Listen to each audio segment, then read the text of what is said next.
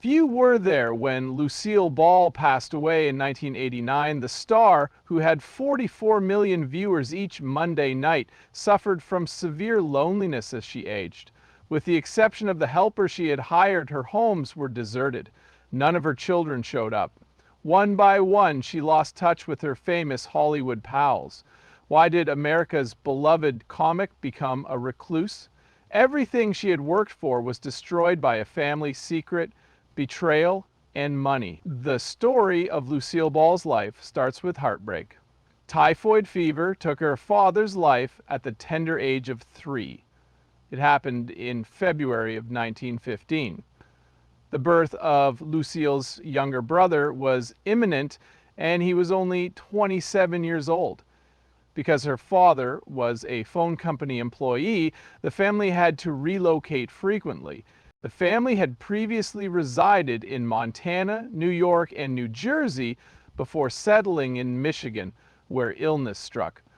The death of her father caused everything to fall apart. When her mother became depressed, she was unable to care for her children.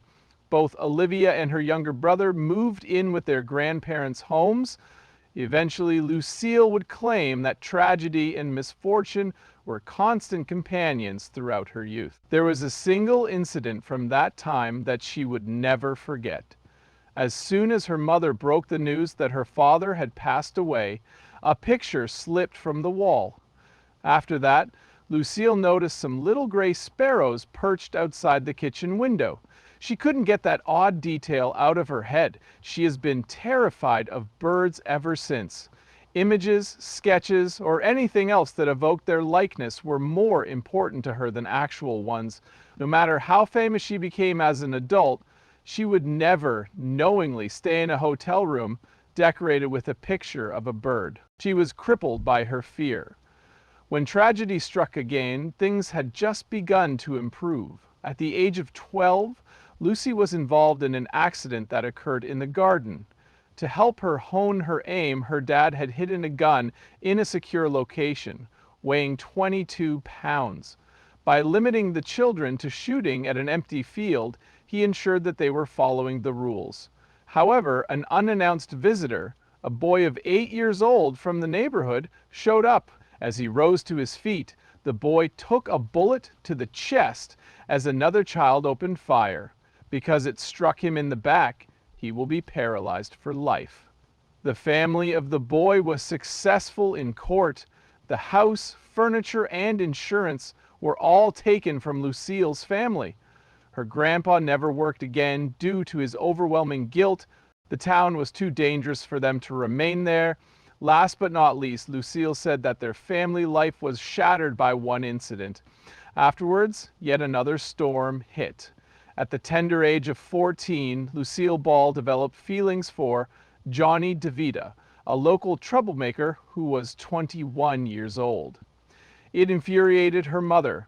For the courageous act of sending Lucille to a prestigious New York City acting school, she pooled her meager resources.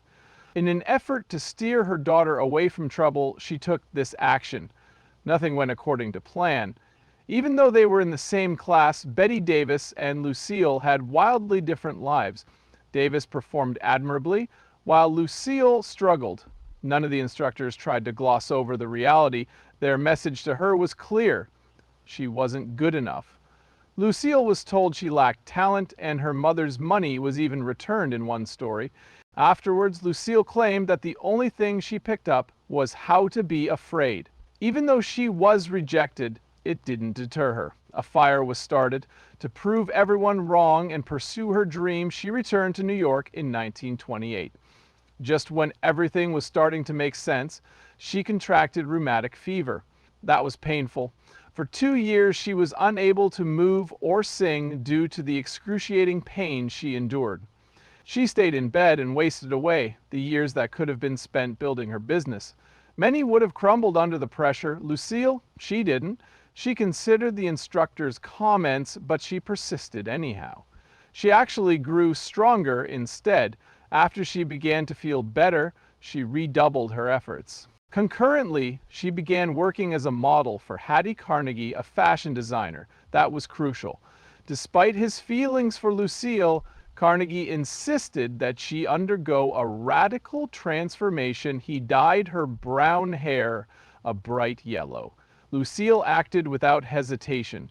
She transformed her appearance, mastered the art of walking in elaborate gowns, and absorbed all the knowledge she could about exuding power and elegance. A lot of what she learnt here was something she didn't cover in acting school. Modeling helped her hone her stage presence, confidence, and ability to captivate an audience without speaking a word. But her ultimate goal was to perform on stage. She applied the polish when she resumed her search for acting roles. They didn't look nice. Lucille would accept any part that came her way in the 1930s and 1940s, whether it was a supporting one or a silly comedy with a pointless lead. She appeared in over 75 films, but her career was cut short. In Hollywood, she was referred to as the Queen of B films. She mocked herself as the Queen of the B+Es, but the reality was that it was painful. Despite her best efforts, she was cast in roles that were mismatched for her, such as beauty queen, comedic partner, or flapper. But that didn't stop her. Although the parts weren't fantastic, the experience they provided was invaluable.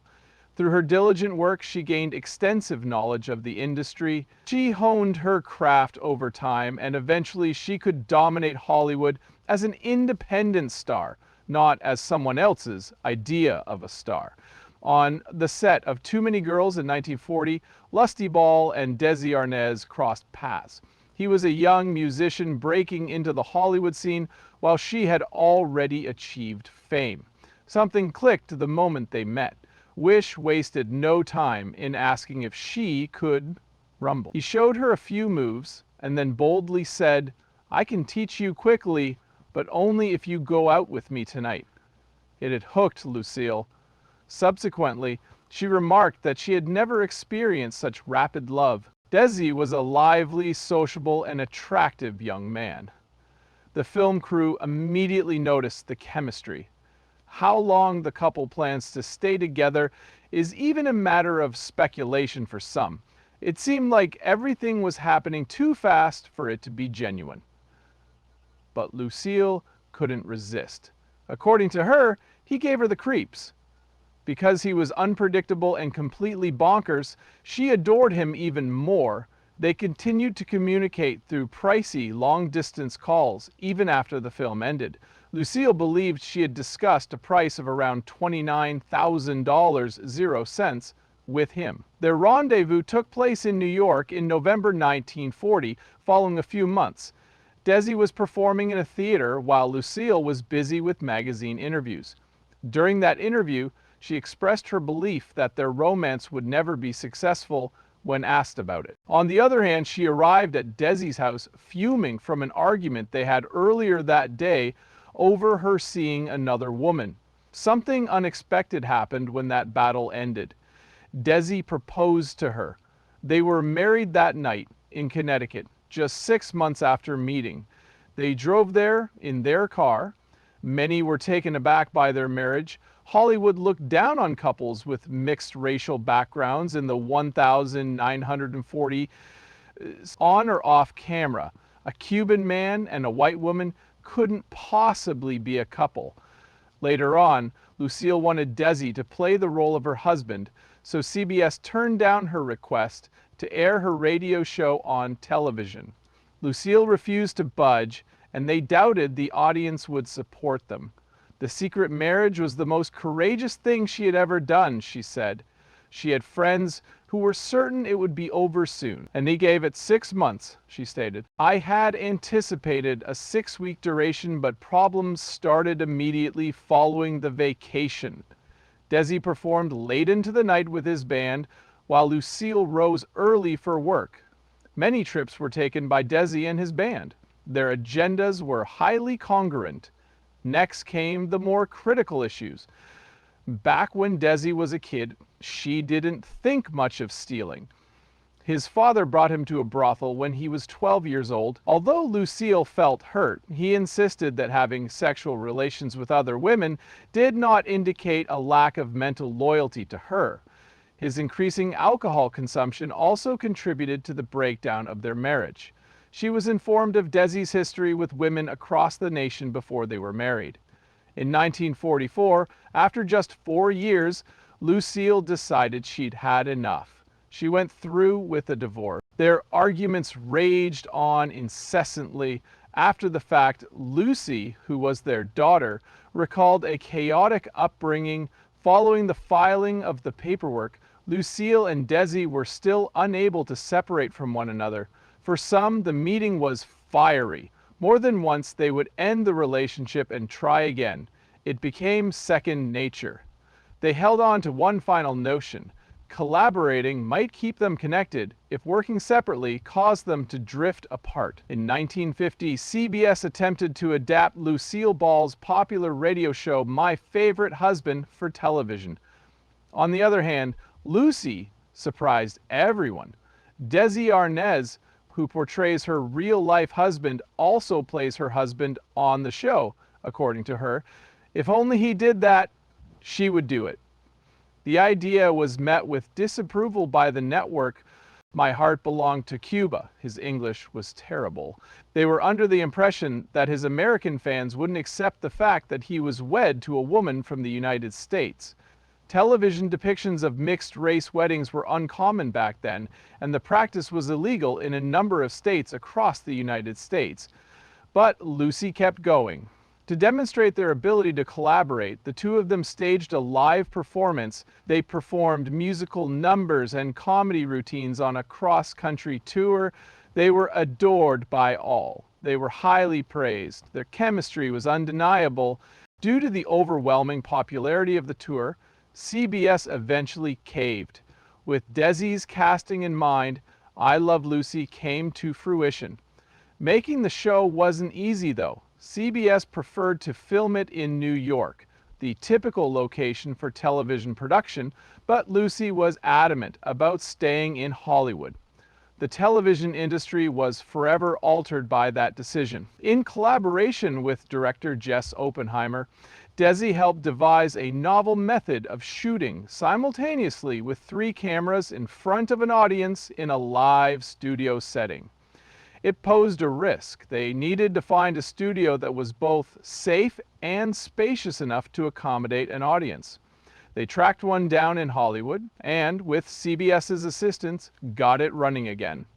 The cinematography of this film was completely unique. It was similar to acting in a play in that players could carry out scenes uninterrupted. As an added bonus, it managed to elicit genuine reactions and laughter from the audience. Desi insisted on using high-quality 35mm film rather than the fuzzy tape used by most shows during that period. It was the right decision in the end. As part of their agreement to own the shows through their company, Desilu, Lucy and Desi forewent a portion of their salary. The shows were shot so well that they could be shown repeatedly for decades, which is why I Love Lucy was one of the first big hits in syndication.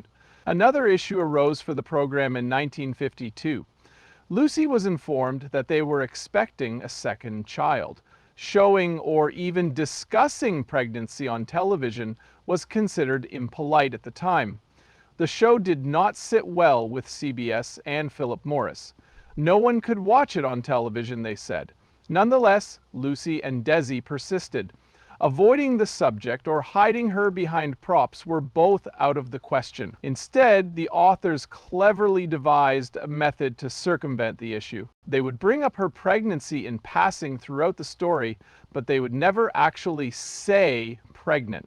They were more compassionate, using phrases like with child and expecting. Just in case, one show even used the French word en for good measure. A panel of religious figures reviewed the final draft. Nearly 44 million viewers tuned in to see Lucy give birth in January 1953. In real life, this was the day that Lucy gave birth. No one wanted to miss a second of the show, so they all cut back on water use while it was airing. I Love Lucy was unstoppable after that. 4 out of the 6 seasons saw it as the nation's most popular television program. When it ended in 1957, the show had maintained its position as the most popular in the ratings. Since then, only Seinfeld and The Andy Griffith Show have managed to pull that off. Lucy was recognized as the funniest. Emmys were also bestowed upon Oppenheimer and Desi. An iconic part of television history, the show took home 5 Emmys. Reviewers continued to tune in to I Love Lucy long after the show had ended. Reruns were aired globally. In 2012, it was voted the greatest television series of all time. In 2013, a single night saw over 8 million views of a Christmas program in color. Even after more than 60 years, the audience couldn't get enough of Lucy and Desi's show. The couple secretly launched their production company, Desi-Lu Productions. The station quickly rose to the position of largest independent television station in the nation. The Untouchables, Andy Griffith Show, and Dick Van Dyke Show were their initial television appearances. They paid $6 million, 0 cents, to acquire RKO Studios. They were committed to staying close and believed in what they were creating, so 2 people joined forces.